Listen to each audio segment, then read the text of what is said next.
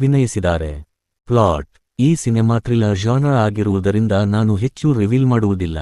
ಆದರೆ ಸಿಂಪಲ್ ಆಗಿ ಹೇಳಬೇಕೆಂದರೆ, ಪ್ರಿಯಾ ಎಂಬ ಪಾತ್ರಕ್ಕೆ ಅವರ ಪಕ್ಕದ ಮನೆಯಲ್ಲಿ ಹೊಸದಾಗಿ ಬಂದ ಮ್ಯಾನ್ವೆಲ್ ಎಂಬ ವ್ಯಕ್ತಿಯ ಮೇಲೆ ಡೌಟ್ ಬರುತ್ತದೆ. ಯಾಕೆ ರಾಗೆ ಮ್ಯಾನ್ವೆಲ್ ಮೇಲೆ ಡೌಟ್ ಬಂತು? ಡೌಟ್ ಬರೋ ಹಾಗೆ ಮ್ಯಾನ್ವೆಲ್ ಏನು ಮಾಡಿದ್ದ? ಮ್ಯಾನ್ವೆಲ್ ಒಳ್ಳೆಯವನ, ಕೆಟ್ಟವನ?